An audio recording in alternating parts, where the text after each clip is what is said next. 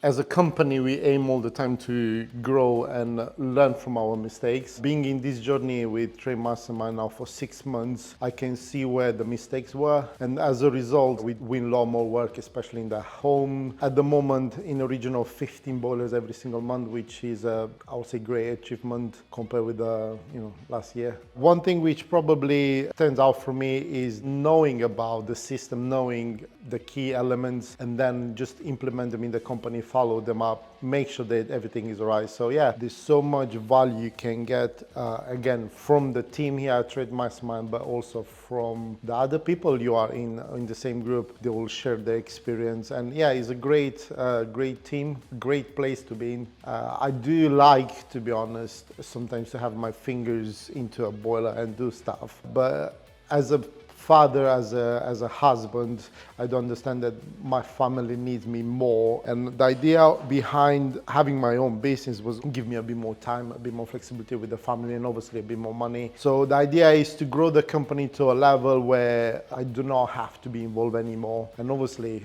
spend more time with the loved ones.